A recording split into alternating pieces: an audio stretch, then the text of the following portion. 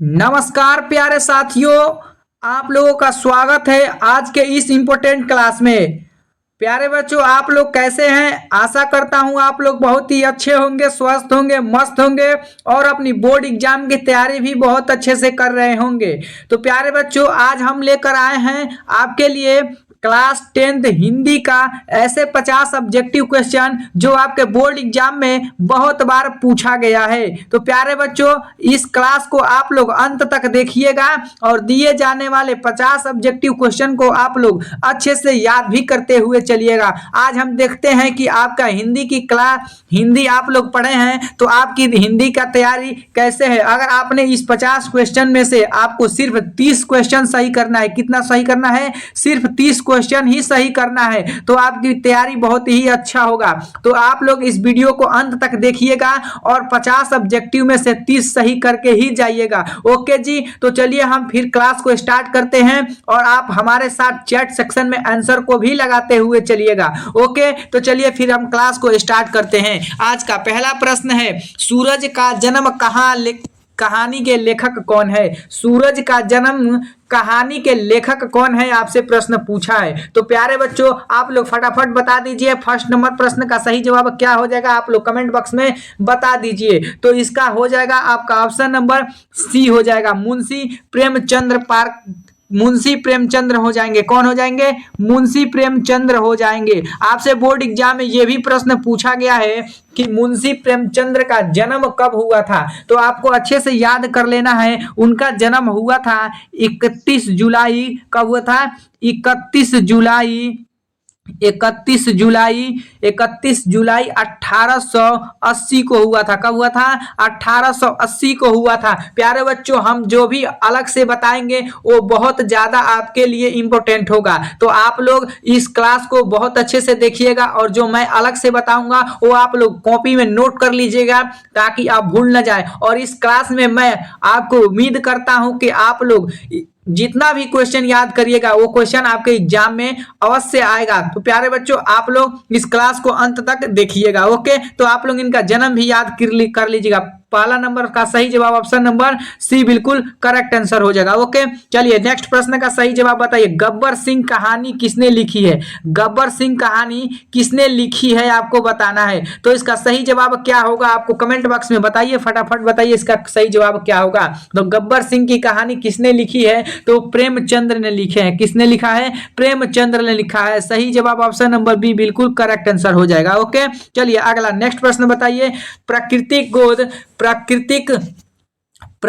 गोद में कविता किसने लिखी है? आपको बताना है प्राकृतिक की गोद में कविता किसने लिखी है, आपको बताना है। तो इसका 3 नंबर का सही जवाब आपका ऑप्शन नंबर सी बिल्कुल करेक्ट आंसर हो जाएगा। महादेवी वर्मा हो जाएगा। क्या हो जाएगा? महादेवी वर्मा हो जाएगा। ऑप्शन नंबर सी बिल्कुल करेक्ट आंसर हो जाएगा। ओके, अगला प्रश्न बताइए। अगला प्रश्न है सपनों के भारत किसका उपन्यास है? आपके बोर्ड एग्जाम में बहुत बार ये प्रश्न पूछा गया है कि सपनों के भारत का किसका उपन्यास है। आपसे बोर्ड एग्जाम में बहुत बार पूछा गया है। तो आप लोग इसका सही जवाब बताइए क्या होगा। तो 4 नंबर प्रश्न का सही जवाब आपका ऑप्शन नंबर डी बिल्कुल करेक्ट आंसर हो जाएगा। क्या हो जाएगा? ऑप्शन नंबर डी बिल्कुल करेक्ट आंसर हो जाएगा, राजेंद्र यादव हो जाएगा। अगला प्रश्न है कि कुक्कुर और बचपन कहानी में कुक्कुर किसका प्रतीक है? आपसे प्रश्न पूछा जा रहा है कुक्कुर और बच्चा कहानी में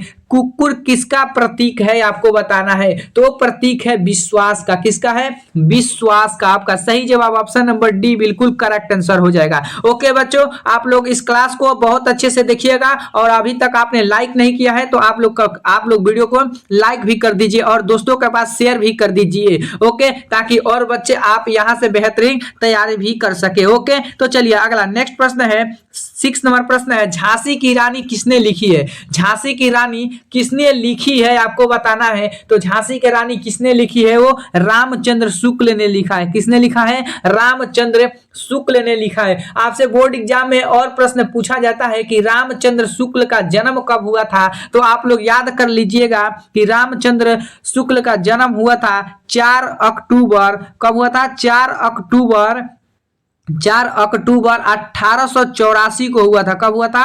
1884 को हुआ था। ओके, तो आप लोग इसको भी अच्छे से याद कर लीजिएगा, क्योंकि ये बोर्ड एग्जाम में बहुत बार आपके प्रश्न पूछा गया है। झांसी की रानी किसने लिखी है? तो रामचंद्र शुक्ल ने लिखा है। और रामचंद्र शुक्ल का जन्म कब हुआ था? तो 4 अक्टूबर 1884 को हुआ था। ये भी आप लोग याद कर लीजिएगा। तो सही जवाब आपका ऑप्शन नंबर बी बिल्कुल करेक्ट आंसर हो जाएगा। अगला नेक्स्ट प्रश्न है, कोल्हू कविता का मुख्य विषय क्या है? कोल्हू कविता का मुख्य विषय क्या है आपको बताना है। तो एक मेहनत है। क्या है? मेहनत है। सही जवाब ऑप्शन नंबर बी बिल्कुल करेक्ट आंसर हो जाएगा। अगला नेक्स्ट प्रश्न है, रामधारी सिंह दिनकर का उपनाम क्या है? रामधारी सिंह दिनकर का उपनाम क्या है आपको बताना है। कई बार आपके बोर्ड एग्जाम में पूछा गया कि रामधारी सिंह दिनकर का उपनाम क्या है। तो प्यारे बच्चों, आपका सही जवाब आपका ऑप्शन नंबर बी बिल्कुल करेक्ट आंसर हो जाएगा। क्या हो जाएगा?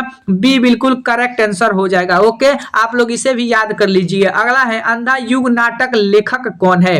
अंधा युग लेखक नाटक कौन है? तो आपको बताना है। 9 नंबर प्रश्न का सही जवाब आप लोग बताइए। तो जयशंकर प्रसाद जी है। कौन है? जयशंकर प्रसाद जी। आपका सही जवाब आपका ऑप्शन नंबर डी बिल्कुल करेक्ट आंसर हो जाएगा। ओके, अगला प्रश्न है, पंचतंत्र की कहानियों का मुख्य उद्देश्य क्या है? 10 नंबर प्रश्न कह रहा है कि पंचतंत्र की कहानियां का मुख्य उद्देश्य क्या है? तो आपको बताना है। तो 10 नंबर प्रश्न का सही जवाब आपका ऑप्शन नंबर बी बिल्कुल करेक्ट आंसर हो जाएगा। क्या हो जाएगा? बी बिल्कुल करेक्ट आंसर हो जाएगा। शिक्षा इसका सही जवाब हो जाएगा। ओके, अगला नेक्स्ट प्रश्न है, गीतांजलि किसने लिखी है? आपसे प्रश्न पूछा जा रहा है गीतांजलि किसने लिखी है, और यह बोर्ड एग्जाम में बहुत बार पूछा गया है कि गीतांजलि किसने लिखी है। तो आपको बताना है गीतांजलि किसने लिखी है। तो रविंद्रनाथ टैगोर ने लिखे हैं। कौन लिखे हैं? रविंद्रनाथ टैगोर ने लिखे हैं। सही जवाब ऑप्शन नंबर ए बिल्कुल करेक्ट आंसर हो जाएगा। आपसे कई बार बोर्ड एग्जाम में यह भी पूछ लिया जाता है कि पूछा गया है कि रविंद्रनाथ टैगोर का जन्म कब हुआ था। तो आप लोग जन्म याद कर लीजिए। इनका जन्म कब हुआ था? तो जन्म हुआ था इनका 7 मई कब हुआ था? 7 मई 1861 में हुआ था। कब हुआ था? 1861 में हुआ था। और यह भी पूछ लिया जाता है कि कहाँ हुआ था। तो आपको याद कर लेना है, कलकत्ता में हुआ था। कहाँ हुआ था? कलकत्ता में हुआ था। यह भी प्रश्न आपको याद कर लेना है। और इनका निधन भी पूछ लिया जाता है। कब हुआ था? मृत्यु भी पूछ लिया जाता है। इनका मृत्यु कब हुआ था? तो मृत्यु आप लोग याद कर लीजिएगा कि 7 अगस्त कब हुआ था? 7 अगस्त को 1941 में हुआ था। 7 अगस्त 1941 में हुआ था। तो सही जवाब आपका ऑप्शन नंबर ए बिल्कुल करेक्ट आंसर हो जाएगा। ओके, आप लोग इसे भी याद कर लीजिएगा। अगला नेक्स्ट प्रश्न है, अज्ञ का असली नाम क्या है? अज्ञ का असली नाम क्या है आपको बताना है। तो अज्ञ का असली नाम है सचिंदानंद हेम सिंह। क्या होता? सचिंदानंद हेम सिंह था। यह इसका सही जवाब ऑप्शन डी हो जाएगा। अगला नेक्स्ट प्रश्न है, मधुशाला कविता किसने लिखी है? मधुशाला कविता किसने लिखी है? तो आपको बताना है मधुशाला कविता किसने लिखी है। तो किसने लिखा है आपको बताना है। तो हरिवंश राय बचपन ने लिखा है। आपका सही जवाब ऑप्शन नंबर ए बिल्कुल करेक्ट आंसर हो जाएगा। ओके बच्चा पार्टी, आप लोग इस क्लास को बहुत अच्छे से पढ़िए, क्योंकि आप लोग कुछ भी नहीं हिंदी में पढ़े हैं। तो आप लोग इस 50 प्रश्न को याद कर लीजिएगा, तब भी आपके बोर्ड एग्जाम में बहुत प्रश्न यहां से देखने को मिलेगा। तो सिर्फ आपको आज 30 प्रश्न ही सही करके दिखाना है। ओके, तो चलिए अगला नेक्स्ट प्रश्न है, गोदान उपन्यास के लेखक कौन है? गोदान उपन्यास के लेखक कौन है? फटाफट कमेंट सेक्शन में बताते चलिए इसका राइट आंसर क्या होगा। तो 14 नंबर प्रश्न का सही जवाब आपका ऑप्शन नंबर बी हो जाएगा, प्रेमचंद्र हो जाएगा। क्या हो जाएगा? प्रेमचंद्र हो जाएगा। अगला नेक्स्ट प्रश्न है, कृष्णा की कहानी किसने लिखी है? कृष्णा की कहानी किसने लिखी है आपको बताना है। इसका सही जवाब क्या होगा? तो इसका सही जवाब आप लोग कमेंट सेक्शन में बताइए, इसका सही जवाब क्या होगा। तो कृष्ण की कहानी किसने लिखी है? तो 15 नंबर का सही जवाब ऑप्शन नंबर सी हो जाएगा, महादेवी वर्मा हो जाएगा। क्या हो जाएगा? महादेवी वर्मा हो जाएगा। अगला नेक्स्ट प्रश्न है, पंचतंत्र में कितने प्रकार की कहानियां हैं? पंचतंत्र में कितने प्रकार की कहानियां हैं आपको बताना है। तो प्यारे बच्चों, कितने प्रकार की कहानियां हैं? तो 5 प्रकार के हैं। कितने प्रकार के हैं? 5 प्रकार के हैं। सही जवाब ऑप्शन नंबर बी हो जाएगा। अगला नेक्स्ट प्रश्न है, महात्मा गांधी की जीवनी किसने लिखी है? महात्मा गांधी की जीवनी किसने लिखी है आपको बताना है। तो पंडित नेहरू ने लिखा है। कितने किसने लिखा है? पंडित नेहरू ने लिखा है। आपके बोर्ड एग्जाम में बहुत बार ये प्रश्न पूछा है और ये 2025 में जो एग्जाम हुआ था उसमें ये प्रश्न पूछा गया था कि महात्मा गांधी की जीवनी किसने लिखी है, तो आपको याद कर लेना है पंडित नेहरू ने लिखा है। अगला प्रश्न है चंद्रगुप्त मौर्य किसकी जीवनी विषय है? चंद्रगुप्त मौर्य किसका जीवनी विषय है आपको बताना है। तो किसका जीवनी विषय है? तो इतिहास का है। किसका है? इतिहास का है। आपसे बोर्ड एग्जाम में पूछा जाता है कि इतिहास का पिता किसे कहा जाता है? क्या किसे कहा जाता है? इतिहास का पिता किसे कहा जाता है? तो हेरोडोटस को कहा जाता है। किसको कहा जाता है? हेरोडोटस को कहा जाता है। आप लोग याद कर लीजिएगा। ओके, इसे भी आप लोग याद कर लीजिएगा। अगला नेक्स्ट प्रश्न है स्वदेशी आंदोलन किसका प्रतीक है? स्वदेशी आंदोलन किसका प्रतीक है आपको बताना है। स्वतंत्रता, शिक्षा, समाज सुधार, धर्म। तो इसमें राइट आंसर क्या होगा आपको बताना है। तो स्वदेशी आंदोलन किसका प्रतीक है? तो 19 नंबर प्रश्न का सही जवाब स्वतंत्रता हो जाएगा। ऑप्शन नंबर ए बिल्कुल करेक्ट आंसर हो जाएगा। अगला नेक्स्ट प्रश्न बताइए कबीर के दोहे मुख्य रूप से किस विषय पर है? कबीर के दोहे मुख्य रूप से किस विषय पर है आपको बताना है। तो कबीर के दोहे मुख्य रूप से किस विषय पर है? तो 20 नंबर प्रश्न का सही जवाब ऑप्शन ए हो जाएगा, धर्म पर है। कब गए? धर्म पर है। अगला नेक्स्ट प्रश्न है सुभद्रा कुमारी चौहान की प्रसिद्ध कविता कौन सी है? आपके ये भी बोर्ड एग्जाम में बहुत बार पूछा गया प्रश्न है और ये सारे प्रश्न रिपीट है। आप लोग इस वीडियो को और ये सारे 50 प्रश्न को आप लोग याद कर लीजिएगा अच्छे से ना, तो आपके बोर्ड एग्जाम में हम उम्मीद करते हैं और 100% कहते हैं आप लोग कुछ भी नहीं पढ़े होंगे हिंदी में ना, तो आपके अच्छे मार्क्स आने की संभावना इस वीडियो से आपको मिल जाएगा। और इस क्लास को आप लोग सेव कर लीजिएगा और दोस्तों के पास शेयर भी कर दीजिएगा ताकि वो भी पढ़ सके और अच्छे खासे हिंदी में मार्क्स ला सके। ओके, तो इसका सही जवाब क्या होगा आपको कमेंट में बताना है कि सुभद्रा कुमारी चौहान की प्रसिद्ध कविता कौन सी है। तो 21 नंबर प्रश्न का सही जवाब ऑप्शन नंबर डी हो जाएगा, झांसी की रानी। क्या हो जाएगा? झांसी की रानी हो जाएगा। अगला नेक्स्ट प्रश्न है महाकवि भवभूत किस युग के कवि है? महाकवि भवभूत किस युग के कवि थे? भक्ति युग, आधुनिक युग, मध्यकाल, प्राचीन काल। तो इसमें राइट आंसर क्या होगा आपको बताना है।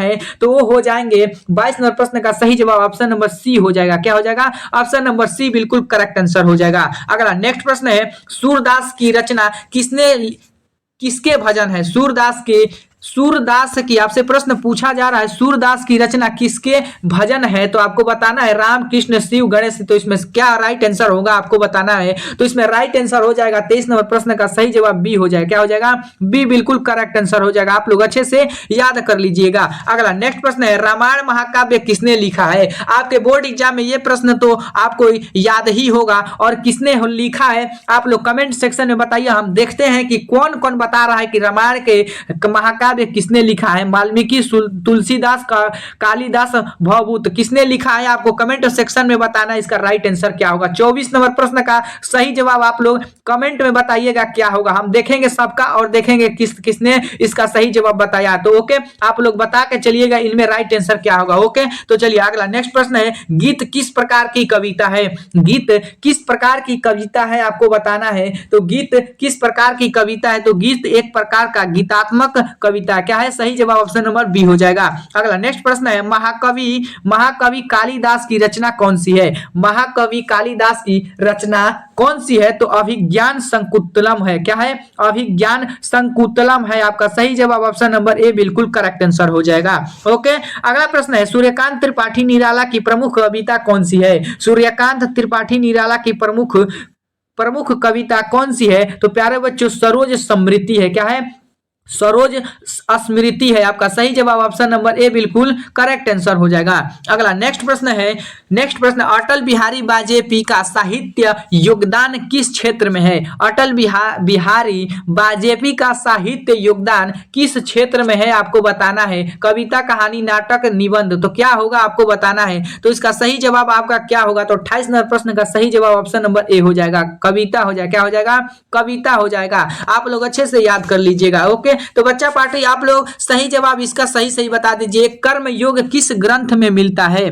कर्म योग किस ग्रंथ में मिलता है आपको बताना है। तो कर्म योग किस ग्रंथ में मिलता है? या उपनिषद, भगवती गीता, महाभारत, रामायण। तो इसमें राइट आंसर क्या होगा आपको बताना है। तो कर्म योग किस ग्रंथ में मिलता है? तो मिलता है भागवती में। किस में मिलता है? भगवती गीता में मिलता है। ओके, आपका सही जवाब ऑप्शन बी हो जाएगा। अगला नेक्स्ट प्रश्न बताइए। अगला, सुमित्रानंद पंत की कविता शैली क्या थी? सुमित्रानंद पंत की कविता शैली क्या थी आपको बताना है। इसका राइट आंसर क्या होगा? तो प्यारे बच्चों इसका राइट आंसर आपको बताना है। 30 नंबर प्रश्न का सही जवाब ऑप्शन नंबर ए बिल्कुल करेक्ट आंसर हो जाएगा। क्या हो जाएगा? ऑप्शन नंबर ए बिल्कुल करेक्ट आंसर हो जाएगा। भावपूर्ण इसका राइट आंसर हो जाएगा। हम आपसे बार बार पूछ रहे हैं और बार बार भी कह रहे हैं, आप लोग अगर हिंदी में कुछ भी नहीं पढ़े हैं तो इस क्लास को आप लोग बस देख लीजिएगा, तो आपका अच्छे खासे मार्क्स आपके बोर्ड हिंदी में आ जाएंगे। कम से कम 70 मार्क्स आपके आ जाएंगे हिंदी में, अगर आप इस वीडियो को अच्छे से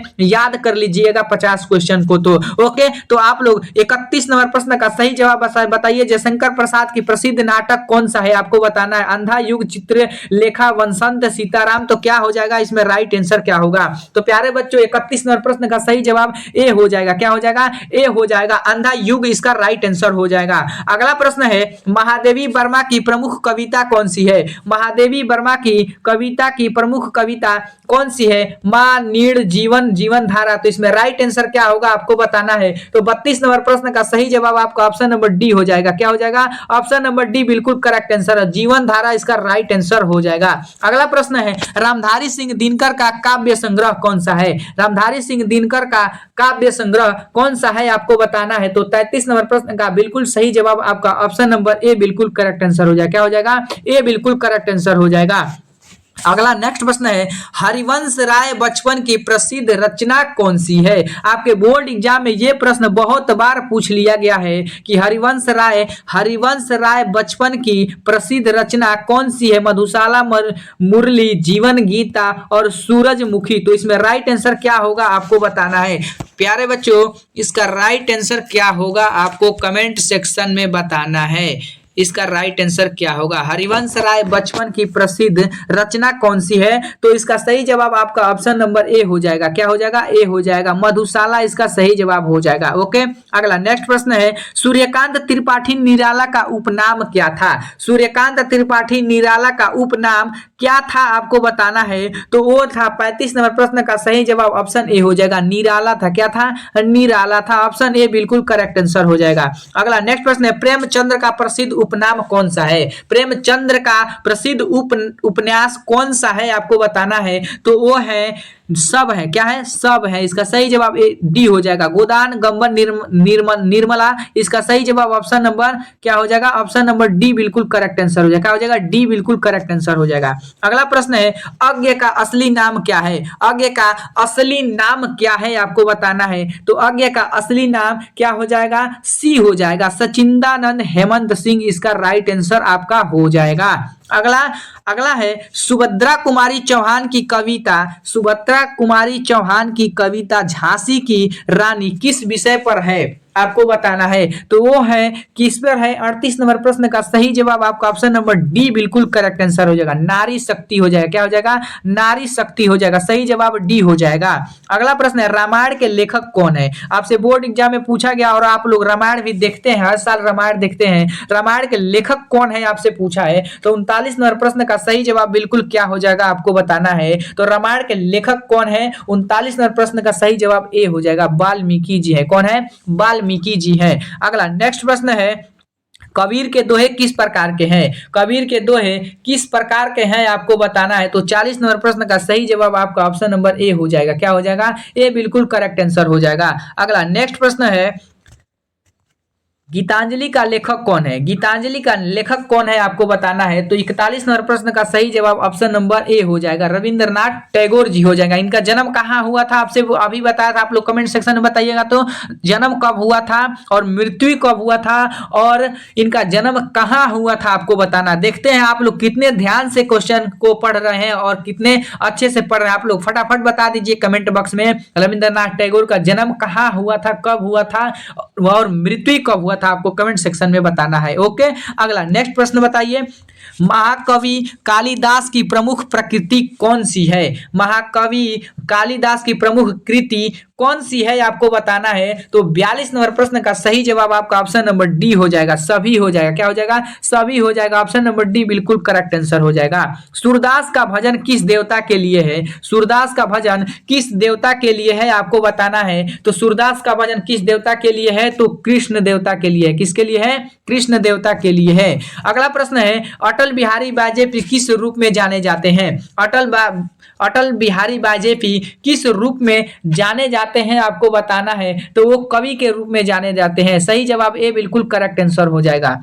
अगला नेक्स्ट प्रश्न है, सुमित्रानंद पंत किस युग के कवि हैं? सुमित्रानंद पंत किस युग के कवि हैं आपको बताना है। तो 45 नंबर प्रश्न का सही जवाब ए हो जाएगा, आधुनिक युग के कवि हैं। किसके हैं? आधुनिक युग के कवि हैं। अगला प्रश्न है, प्रेमचंद्र का पहला उपन्यास कौन सा है? प्रेमचंद्र का पहला उपन्यास कौन सा है? तो गब्बन है। कौन सा है? गब्बन है। सही जवाब बी बिल्कुल करेक्ट आंसर हो जाएगा। क्या हो जाएगा? बी बिल्कुल करेक्ट आंसर हो जाएगा। अगला नेक्स्ट प्रश्न है, रविंद्रनाथ टैगोर का जन्म किस वर्ष हुआ था? अभी हम लोग आपको बताए हैं कब हुआ था, तो आप लोग सही इसका कमेंट सेक्शन में बताइए, हम देखते हैं इसका सही जवाब आप लोग क्या बताते हैं। तो रविंद्रनाथ टैगोर का जन्म कहाँ कब हुआ था? 1861 में हुआ था। कब हुआ था? 1861 में हुआ था। 1861 में हुआ था। जन्म कब हुआ था? 7 मई 1861 को हुआ था। और कहाँ हुआ था? कलकत्ता में हुआ था। और मृत्यु कब हुआ था? 7 अगस्त 1941 में हुआ था। कब हुआ था? 1941 में हुआ था। ये भी आप लोग याद कर लीजिएगा। अगला प्रश्न है, महादेवी वर्मा का उपनाम क्या है? महादेवी वर्मा का उपनाम आपसे पूछा है। तो 48 नंबर प्रश्न का सही जवाब आपका ऑप्शन नंबर बी हो जाएगा, कुमुद हो जाएगा। क्या हो जाएगा? कुमुद हो जाएगा। सही जवाब ऑप्शन नंबर बी हो जाएगा। अगला नेक्स्ट प्रश्न है, रामधारी सिंह दिनकर का जन्म स्थल कहाँ है? रामधारी सिंह दिनकर का जन्म स्थल कहाँ है आपको बताना है। तो इसका राइट आंसर आप लोग कमेंट सेक्शन में बताइए, रामधारी सिंह दिनकर का जन्म स्थल कहाँ है आपको बताना है। तो 49 नंबर प्रश्न का सही जवाब ऑप्शन ए हो जाएगा। क्या हो जाएगा? ए हो जाएगा। उनका जन्म स्थान बिहार में है। कहाँ है? बिहार में है। ओके जी।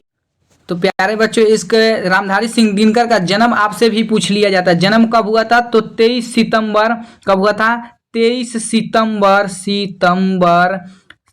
सितंबर 1908 को हुआ था। कब हुआ था? 1908 को हुआ था। ये भी आपसे प्रश्न पूछ लिया जाता है। और रामधारी सिंह दिनकर का जन्म स्थल कहाँ है? तो एक बिहार में है। आपका सही जवाब ए हो जाएगा। अगला नेक्स्ट प्रश्न है, हरिवंश राय बचपन का प्रसिद्ध कविता संग्रह कौन सा है आपको बताना है। तो इसका राइट आंसर आपको कमेंट सेक्शन में बताना है, इसका राइट आंसर क्या होगा। ओके, तो आप लोग ये भी बताइए कि 50 में से क्या आपने आज 30 सही क्वेश्चन सही कर पाए हैं या नहीं। आप लोग ये भी कमेंट सेक्शन में बताइएगा। और इसका भी कमेंट सेक्शन में 50 नंबर प्रश्न का सही जवाब क्या होगा। अगर वीडियो पसंद आए तो वीडियो को लाइक और चैनल को सब्सक्राइब जरूर करिएगा। तब तक हम नेक्स्ट वीडियो में मिलते हैं।